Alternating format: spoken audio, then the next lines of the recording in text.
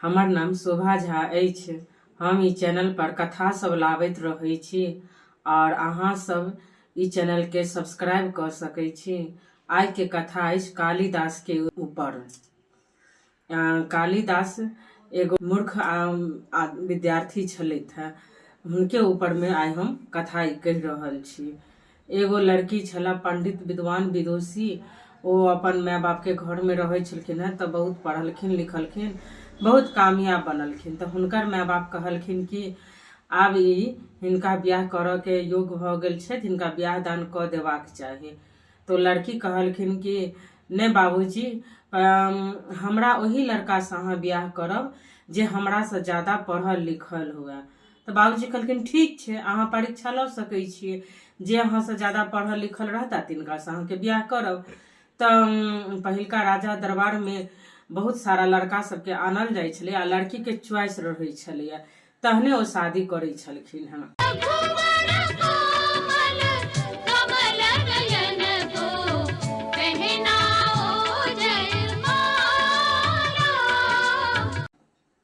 तो हुनकर बाबूजी बार बार बहुत सारा लड़का के आनै छलखिन है, गाम गाम से ढिंढोरा पिटवा क बहुत सारा लड़की अबै छलैया जे चलू फलना राजा के बेटी के ब्याह के लेल बड़ चुनेतै, और ओहि में सब उपस्थित होइ ला बैसै छलखिन है। तो हुनकर बेटी जकरा जकरा से सवाल पूछै छलखिन है, अंत में होइत होइत ओ जवाब दैत दैत हारि जाइ छलखिन है।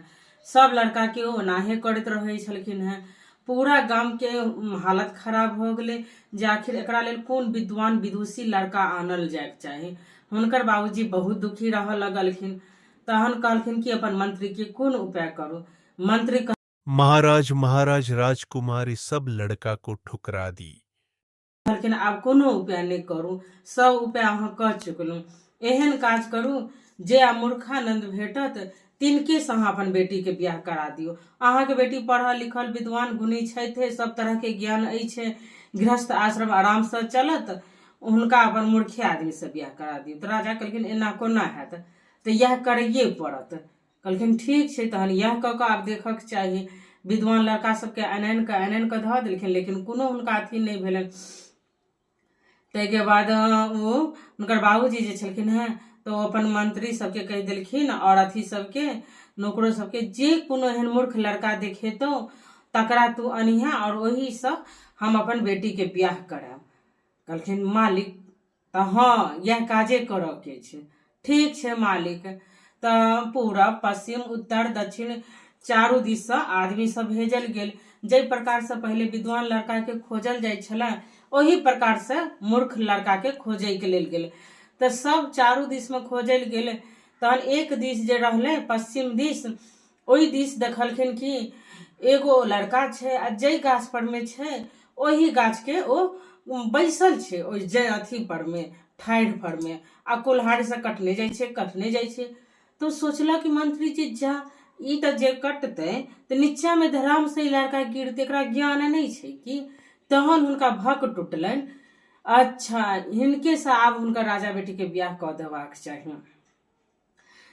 ठीक छै, तहन यह सोचल गेल, दिमाग में लायल गेल।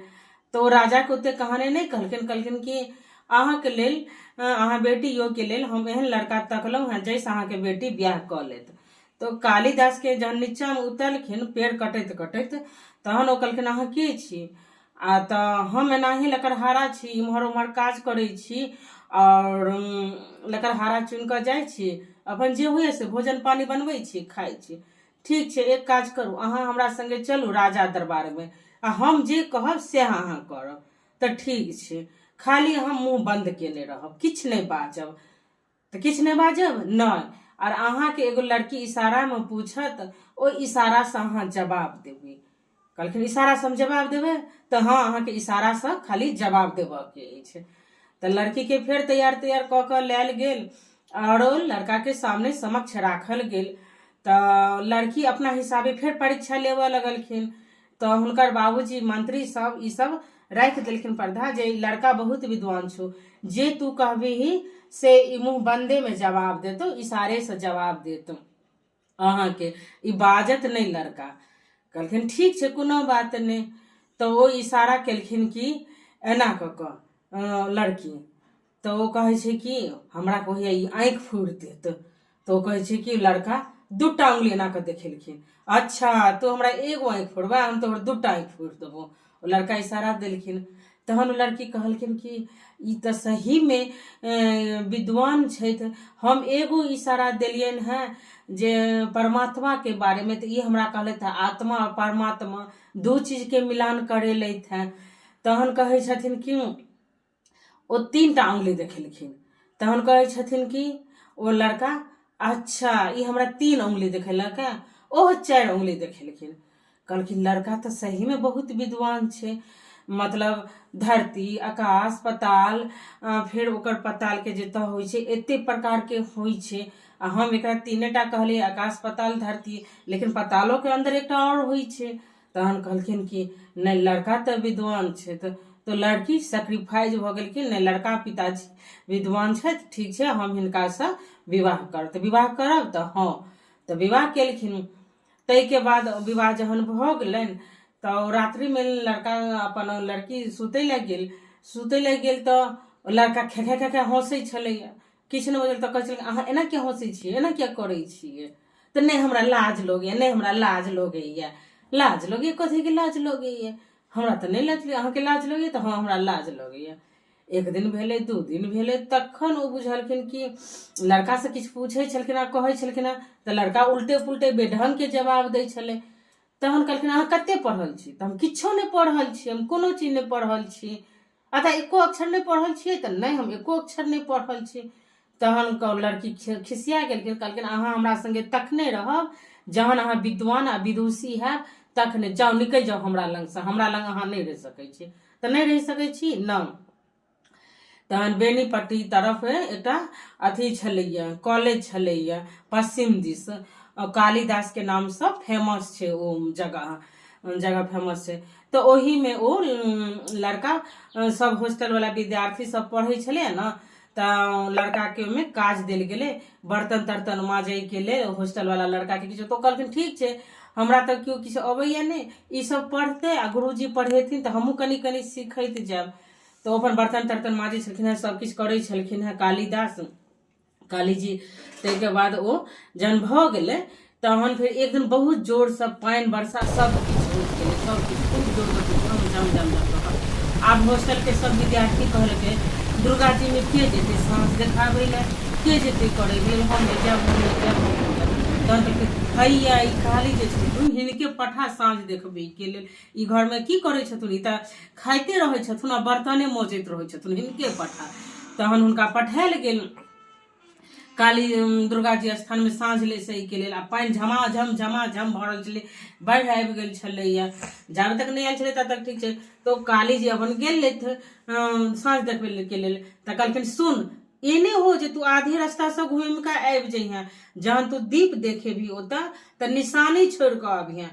तो निशानी छोड़ के अबै, तो हाँ निशानी कोनो चीज के तोरा निशान लगाबऽ पड़तौ।